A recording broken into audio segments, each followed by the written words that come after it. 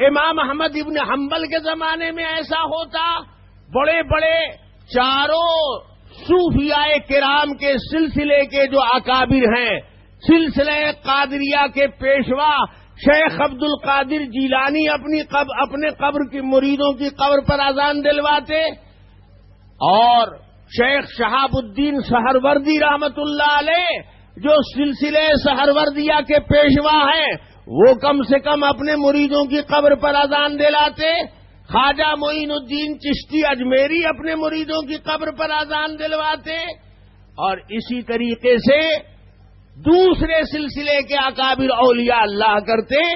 لیکن اسلام کی صرف 2-3 صدیاں نہیں، 6 صدیاں گزر گئی ہیں، 700 سال گزر گئے ہیں، اور کہیں پوری دنیا اسلام میں نہ کسی صوفی نے، نہ ولی نے، نہ امام نے، نہ مقتدی نے، نہ کسی مرید نے، نہ کسی پیر نے، نہ کسی شہید نے، نہ کسی غازی نے، نہ کسی تابعی نے، اور نہ کسی صحابی نے یہ اذان چالو کرائی۔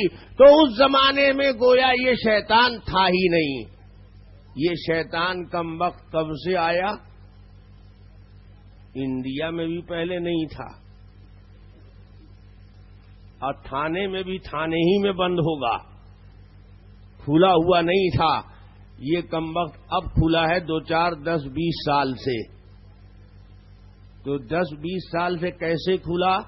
مولوی صاحب ایک پڑھ کر کے آئے تو اپنے ساتھ قبر گھسوا شیطان بھی لے کر آئے، دونوں نے پیکٹ کر لیا کہ بیٹا اب تم انڈر گراؤنڈ کام کرو اور اوپر ہم سنبھال لیں گے۔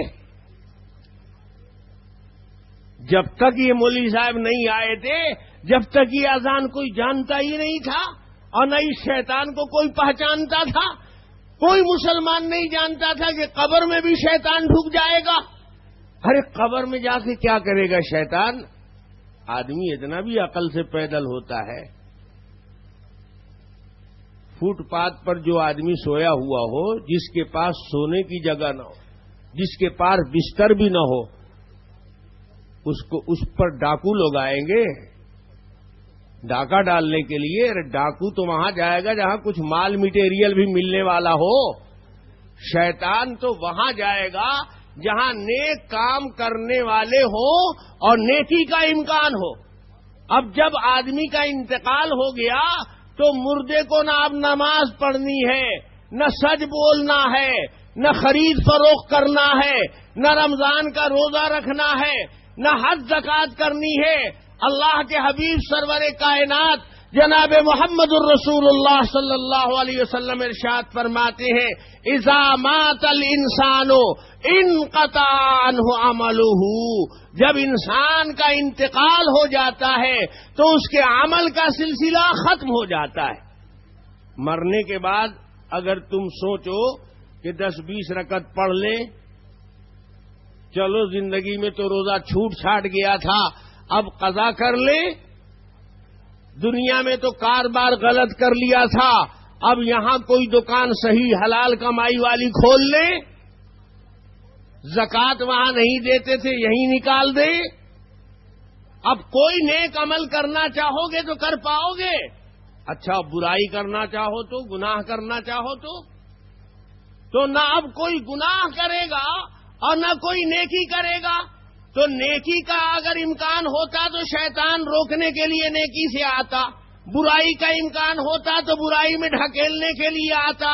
جب مردے کو نہ نیکی کرنا ہے نہ برائی کرنا ہے تو شیطان یہاں آئے گا کس لیے؟ یہاں تو 1 پیسہ بھی نہیں ہے، ڈاکہ کس پر ڈالے گا؟ چوری کیا کرے گا؟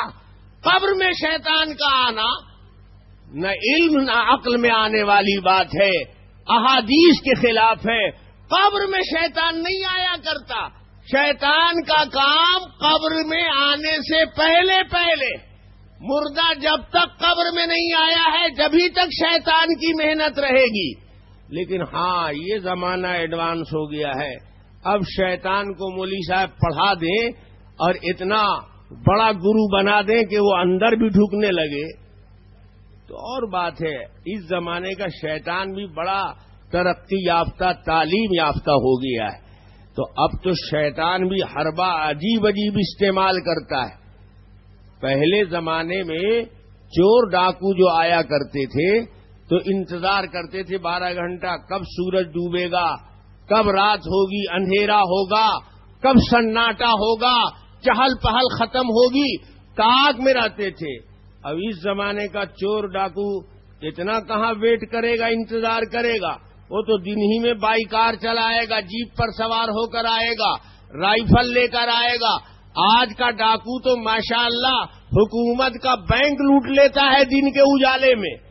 تو جس طریقے سے دنیا کے ڈاکو اتنے ایڈوانس ہو گئے ہیں تو دین کا ڈاکو جو ابلیس ہے وہ بھی بہت ایڈوانس ہو گیا ہے۔ ایسا تھوڑی ہے کہ اب مقتدی کی شکل میں ہمیشہ آئے گا، اب امام کی شکل میں آ کر پہلے سے براجمان ہو جائے گا، میرا ہی قبضہ رہے گا مصلی پر۔ نفس لگا ہوا ہے تو عزت کی